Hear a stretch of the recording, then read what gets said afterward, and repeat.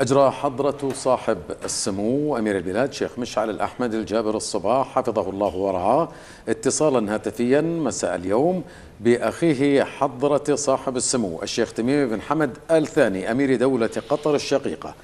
عبر سموه خلاله عن استنكار دولة الكويت الشديد للعدوان الإسرائيلي السافر على دولة قطر الشقيقة،